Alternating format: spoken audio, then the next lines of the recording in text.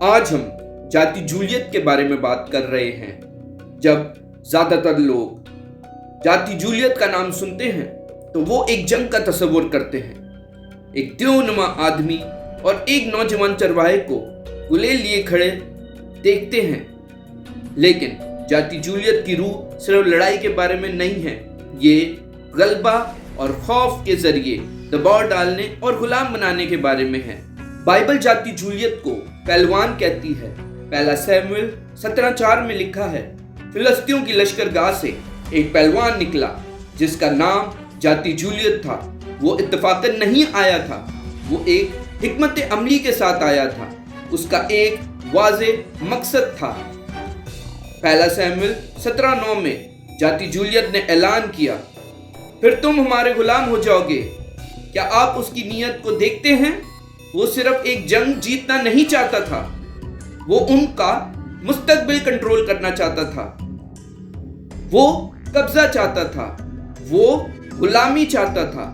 یہی طریقہ ہے جس سے یہ روح کام کرتی ہے۔ یہ صرف ایک بار آپ کو ہرانا نہیں چاہتی، بلکہ آپ کی تقدیر پر غلبہ حاصل کرنا چاہتی ہے۔ یہ روح حملہ کیسے کرتی ہے؟ پہلا حملہ دھمکی کے ذریعے ہوتا ہے۔ پہلا سیموئیل 17:11 میں ہمیں بتایا جاتا ہے کہ جب اسرائیلیوں نے جاتی جولیت کی باتیں سنی تو وہ بہت ڈر گئے۔ تلوار اٹھانے سے پہلے ہی خوف ان کے دلوں میں داخل ہو چکا تھا، جنگ ان کے ذہنوں میں شروع ہو چکی تھی۔ دوسرا حملہ بار بار دہرائے جانے کے ذریعے سے ہوتا ہے۔ جاتی جولیت نے صرف ایک بار بات نہیں کی، وہ ہر صبح ہر شام باہر آتا تھا، دن بدن وہی ایک دھمکی دہرایا کرتا تھا۔ کیونکہ بار بار سنایا گیا خوف عقیدہ بن جاتا ہے اور عقیدہ انسان کے رویے کو شکل دیتا ہے۔ تیسرا حملہ ذہنی غلامی پیدا کرتا ہے۔ جب ایک ہی دھمکی بار بار سنائی دی جائے تو خوف معمول بن جاتا ہے، دھمکی مانوس لگنے لگتی ہے، خاموشی آسان محسوس ہونے لگتی ہے، اور جب کوئی کھڑا نہیں ہوتا تو خاموشی آہستہ آہستہ رضامندی بن جاتی ہے۔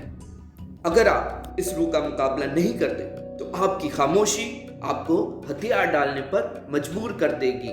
لیکن یہ روح شکست کیسے کھاتی ہے؟ داؤد کو دیکھیں۔ داؤد نے جاتی جولیت سے کوئی سمجھوتا نہیں کیا، اس نے اس کے آگے سر نہیں جھکایا، اس نے اپنے گرد گرد کے خوف زدہ ماحول کو قبول نہیں کیا۔ جب دوسرے جم گئے تھے داؤد آگے بڑھتا رہا، جب دوسرے ایک دیو کو دیکھ رہے تھے داؤد ایک شکست زدہ دشمن کو دیکھ رہا تھا۔ وہ جنگ کی طرف دوڑا، جنگ سے بھاگا نہیں، اور جب اس نے پتھر چھوڑا تو دیو گر گیا۔